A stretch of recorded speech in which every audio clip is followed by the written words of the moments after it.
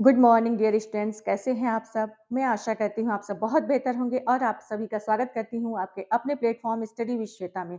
दोस्तों, मुझे आप सबका कमेंट मिला, बहुत खुशी हुई और सबसे ज़्यादा इस बात की खुशी हुई कि आप ये जानना चाहते हैं कि यूपी टेट में अगर बेस्ट स्कोर करना है तो मैम किस टॉपिक पे ज़्यादा हम फोकस करें। ओके दोस्तों, उन्हीं टॉपिक्स पे आज हम चर्चा करेंगे। क्लास तो आपका 1-2 दिन बाद आएगा ही आएगा, वैसे डिले हो रहा है, लेकिन सबसे पहले अगर तैयारी करते हैं तो हमें सबसे पहले उसकी रणनीति बना लेनी चाहिए। ओके, और उन टॉपिक्स को जानना चाहिए जिसको हम पढ़ के और बहुत अच्छा स्कोर कर लें। दोस्तों, बहुत ही छोटे-छोटे और मोटे-मोटे टॉपिक हैं। ओके, आइए हम उन टॉपिक्स पे नज़र डालते हैं। वो टॉपिक्स कौन-कौन से हैं? आइए इन चीज़ों को आप समझिए, ठीक है?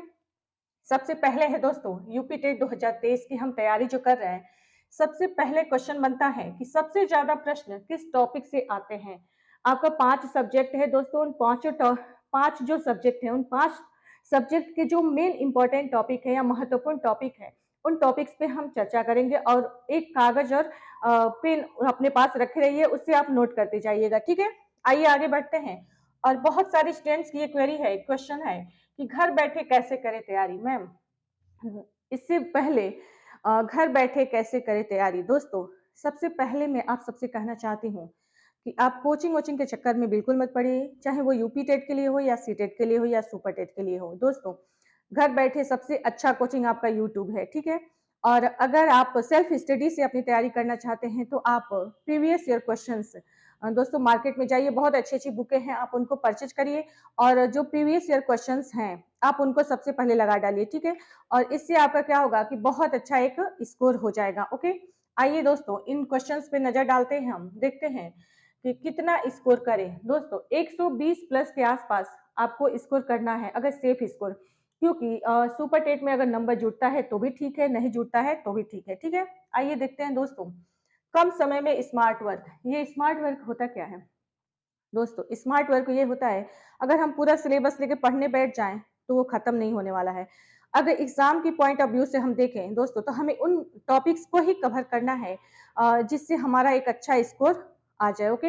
इन्हीं टॉपिक्स को हम लेकर आए हैं, जो इम्पोर्टेंट टॉपिक हैं, उनको आप नोट कर लीजिएगा और सामने रख लीजिएगा जब भी आप पढ़ने बैठते हैं। तो उन टॉपिक्स को सबसे पहले तैयार करिएगा, उसके बाद दोस्तों प्रीवियस ईयर क्वेश्चंस तो लगाना ही लगाना है। आइए देखते हैं इसके बाद से हम अ, दोस्तों सबसे पहले है कि बाल विकास यानी सीडीपी, मनोविज्ञान, ठीक है, जिसे कहते हैं। दोस्तों, इसकी थ्योरी जो होती है बाल विकास की, इसमें हमें क्या-क्या पढ़ना है, आप नोट करते जाइए। आइए देखते हैं, थॉर्नडाइक का सिद्धांत है इसमें, स्किनर का सिद्धांत है दोस्तों, वाइगोस्की का सिद्धांत है, कोहलर का सिद्धांत है, सिगमंड फ्रॉइड का सिद्धांत है।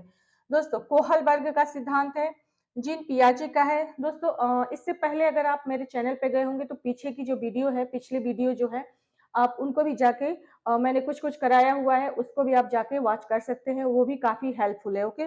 और बाकी तो मैं टॉपिक वाइज़ आपका कराऊँगी ही, ठीक है? आगे पॉलो कोहलबर्ग है एंड मोटिवेशन यानी अभिप्रेरणा। दोस्तों, अभिप्रेरणा टॉपिक जो है आपका बहुत सीडीपी में बहुत ही मोस्ट इम्पोर्टेंट है। इससे क्वेश्चन बनता ही बनता है, ठीक है? फिर पेडागोजी पे आते हैं, ये तो रही थ्योरी की बात, ठीक है? फिर आते हैं हम पेडागोजी में हमें क्या-क्या तैयार करना है। दोस्तों, एनसीएफ 2005 मोस्ट इम्पोर्टेंट है, टीएलएम यानी टीचिंग लर्निंग मटेरियल जो होता है दोस्तों, ठीक है? शिक्षण जो मटेरियल जो होता है ना, दृश्य श्रव्य सामग्री वगैरह जो ये सारी चीज़ें आती हैं उसमें, ठीक है? आगे बढ़ते हैं हम, रेमेडियल टीचिंग यानी रचनात्मक शिक्षण, इससे भी क्वेश्चन बनता है, इंक्लूसिव एजुकेशन यानी समावेशी शिक्षा, ठीक है? इसके बाद है दोस्तों सीसीई यानी सतत एवं व्यापक मूल्यांकन। सीसीई क्या होता है? सतत एवं व्यापक मूल्यांकन, इसका मोस्ट इंपॉर्टेंट रोल है आपका सीडीपी में, ठीक है? फिर आगे बढ़ते हैं हम, प्लेवे मेथड। दोस्तों, प्लेवे मेथड यानी मंटेसरी पद्धति पद्धति है, ये है फ्रोबेल। प्लेवे मेथड के जनक कौन है? फ्रोबेल है। ये सब जो जनक वगैरह हैं, इनसे भी क्वेश्चंस आपका यूपी टेट में बनता है, ठीक है? फिर आइए देखते हैं ब्लूम टेक्सोनॉमी। दोस्तों, ये बहुत ही शॉर्ट नोट्स बहुत अच्छे से हम करा देंगे आपको, बहुत डिटेल में नहीं पढ़नी, बस वही चीजें पढ़ना है आपको जो एग्जाम की दृष्टि से महत्वपूर्ण है, ठीक है? इतना तो मैं इस पे भी करा दूंगी और बहुत अच्छे से आपका तैयार हो जाएगा। दोस्तों, ये तो रही सीडीपी की बात। आइए अब देखते हैं हम हिंदी में हमें क्या-क्या पढ़ना है। सेकंड है आपका विषय हिंदी। दोस्तों हिंदी में सबसे ज़्यादा मैं कहना चाहूँगी आपको, आप व्याकरण का पोर्शन अगर आपका मजबूत है तो बहुत अच्छा है, नहीं मजबूत है तो भी आप अगर तैयारी करते हैं, तो व्याकरण पे ज़्यादा फ़ोकस करिएगा क्योंकि यूपी टेट में व्याकरण से बहुत सारे हिंदी में क्वेश्चन्स आपको मिलते हैं। पेडागॉजी तो आपका हुआ कि आपका सी टेट में पेडागॉजी से ज़्यादा क्वेश्चन्स बनते हैं, ठीक है? आइए देखते हैं दोस्तों हिंदी में किससे प्रश्न बनेंगे आपके? संधि हो गया, समास हो गया, विलोम शब्द हो गया, पैसेज यानी गद्यांश, पद्यांश, ठीक है? गद्यांश भी आते हैं उसमें, नीचे क्वेश्चंस दिए होते हैं, उसी में से आपको करने रहते हैं। फिर है तत्सम, तद्भव, पुल्लिंग, स्त्रीलिंग, सकर्मक, अकर्मक, वर्णमाला। दोस्तों प्लस पेडागॉजी, पेडागॉजी के भी 2-4 आपके क्वेश्चंस मिल ही जाएँगे और बहुत आसान होता है, बहुत आराम से आप कर ले जाएँगे, ठीक है?